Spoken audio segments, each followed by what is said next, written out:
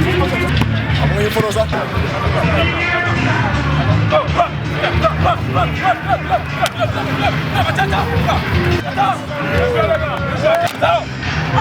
Je vais les gars, deuxième. Attends, une, zéro. Zéro. Allez.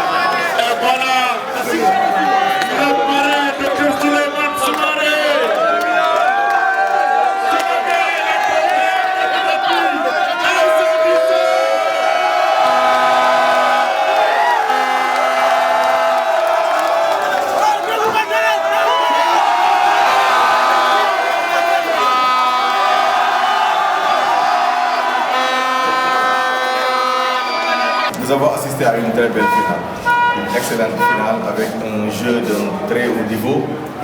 On ne s'attendait pas moins de ça, parce qu'il s'agit de deux grandes équipes de la zone qui ont eu le mérite, en tout cas, de gravir tous les échelons et d'arriver aujourd'hui à cette grande finale.